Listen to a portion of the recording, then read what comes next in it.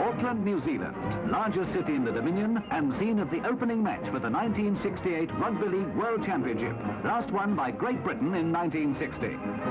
France and New Zealand take the field at Carlow Park for the first match to be played under the 4-tackle rule in the World Cup Series. In 3 previous Cup clashes, France have twice beaten the Kiwis, but this is the first time New Zealand have played in the tournament at home. They have heavy forwards, but may be unable to match the pace of the French back line.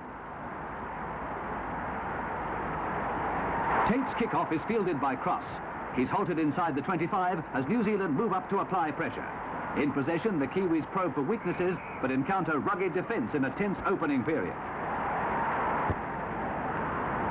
Following a preconceived plan to force France to chase the ball, the Kiwis frequently kick downfield. From a penalty, Jean Capdous kicks for goal 63 yards out. His direction is good, but the ball falls short, giving New Zealand possession. At surface, the 14.5-stone winger Ernie Wiggs makes valuable ground before being tackled into touch.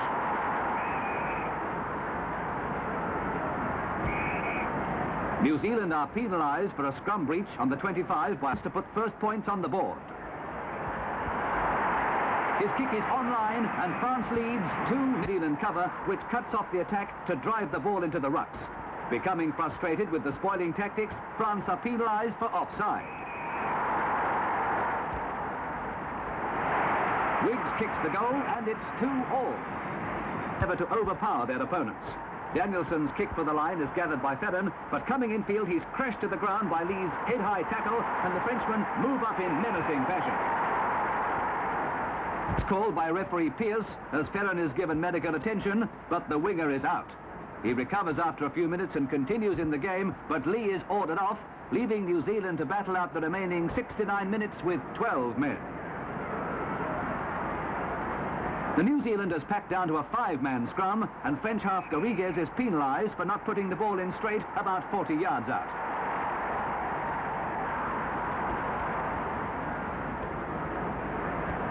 With more than 1,000 points to his credit in first-class football, Wiggs adds 2 more as New Zealand takes a 4-2 lead. 3 minutes later, Wiggs gets another long-distance chance. He's on target, and it's 6-2 in New Zealand's favour. Shortly after, injured front rower Danielson is replaced by Tatana. Lecomte to Molinier, who continues the attack before sending Capdous sprinting for the line. He goes in for the first try after 24 minutes as France gain a point lead. 10 minutes later, Capdous goals from a penalty, taking France to a 9-6 lead at half-time.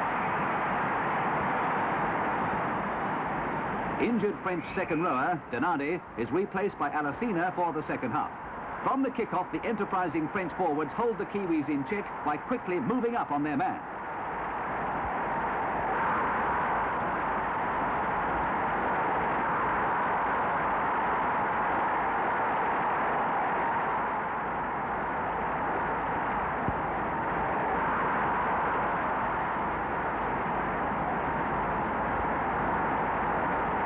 Although often failing to find touch, the New Zealanders continue with their kicking tactics and France seizes the initiative.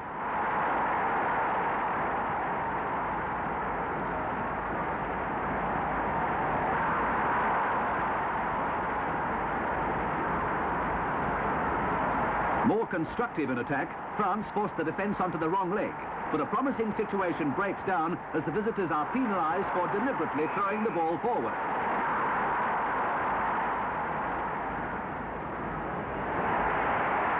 Wiggs steers the ball through the middle, and New Zealand are only a point behind. Cutting through, Lecomte sends a perfectly timed pass, and Molinier is away.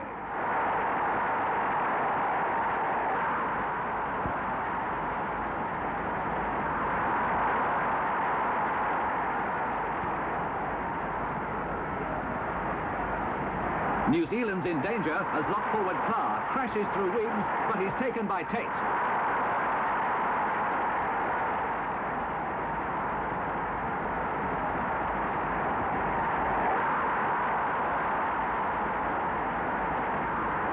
From the dummy half position, Garrigues gets the backs moving again. Onto Pellerin, who bumps off Weeks, but Tate drags him down from behind. About 30 yards out, New Zealand are penalised for a scrum infringement, and Capdews takes the kick.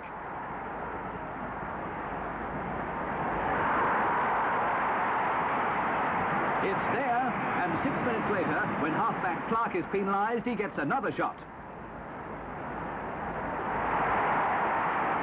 Over the crossbar again, and France increase their lead to 13-8. Kiwi skipper Jimmy Bond urges his team to a strong finishing effort.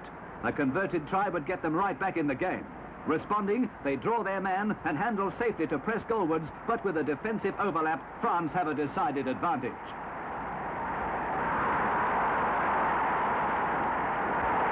Bond is grasped by Sabati, but continuing to spin the ball, the Kiwis launch a solid drive through the forwards before sending the backs away. Mincham dashes for the corner, but is pushed into touch by Lecomte, who saves a certain try. In the torrid climax, mistakes prove expensive. France are penalised in front, and Wiggs notches his 5th goal.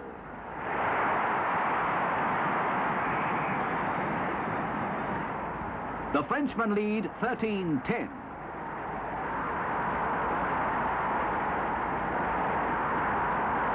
Forging back into Kiwi territory, the tourists whip the ball to Garrigues, standing deep, and he pots the only field goal of the match, and again France takes a 5-point lead.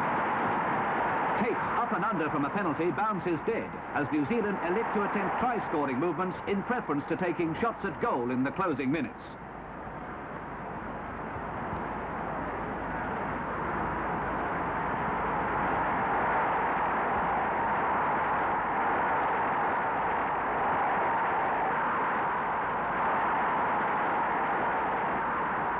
Wiggs from dummy half crashes across field, and he's almost in.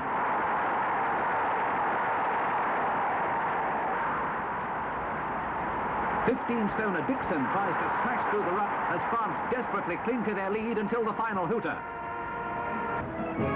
They win 15-10, all but 2 of their points being scored by Capdews, while for the second time in an international, Wiggs is New Zealand's sole point scorer.